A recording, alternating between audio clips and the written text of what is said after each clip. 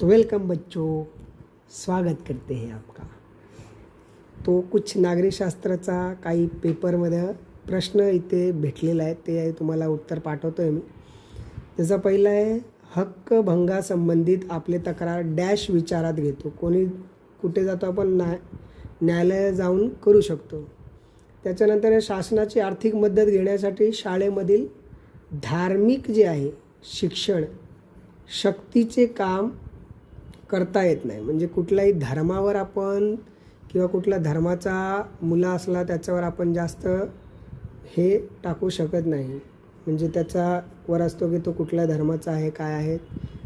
त्याच्यानंतर शैक्षणिक हक्क मिळाल्यामुळे डॅश विकासासाठी संस्था स्थापन करता येतात, तर ते भाषेच्या संस्था आहे। आता जसं महाराष्ट्रामध्ये 1ली ते 10वीपर्यंत हिंदी भाषा लागू केल्या गेलेला आहे, तसं इथे दिलेलं आहे की भाषा एक मुख्य आहे की संवाद करणे। आता मराठी भाषा आहे तर मराठीमध्ये संवाद करणे सोपा असतो मराठीसोबत, हिंदीवाल्यांचा हिंदीमध्ये सोबत असतो सोपा असतो। तर प्रत्येक भाषाचा त्या भाषानुसार आपण संवाद करू शकतो। नागरिकांना धार्मिक अधिकार असेल तरी भारत हे एक डॅश म्हणजे धर्मनिरपेक्ष राष्ट्र आहे। म्हणजे इथे धर्म बघितला जात नाही, हिंदू मुस्लिम हे आपण भेदभाव कधी करत नाही। तसे योग्य शब्द पण लिहायचं आहे, जसं बेकायदेशीर अटक व स्थानबद्धता यापासून संरक्षण कोण देतो आपल्याला, ते देही परिस्थिती किंवा बंदी प्रतिकरण करणे। कोणत्या अधिकाराची ही कृती केली असा सरकाराचे अधिकाराकडे जॉब मानणारे आपलं न्यायालयाचे आदेश आहे, तर ते अधिकृत पक्ष आहे त्याच्यामध्ये।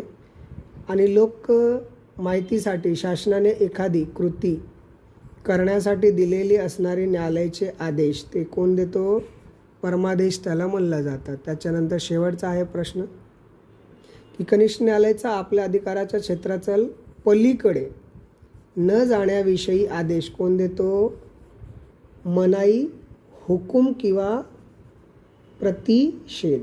आता इथे प्रश्न उत्तर आहे, संविधानात उपाययोजनाचा हक्क म्हणजे काय, की संविधानामध्ये दिलेला मूलभूत हक्कांचा भंग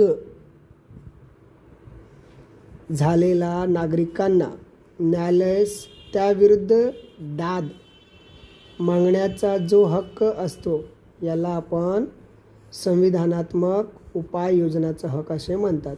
आता मूलभूत हक्कांचा उपयोग घेताना कशाचे भान ठेवावे लागतात, तर बघा मूलभूत हक्कांचा उपयोग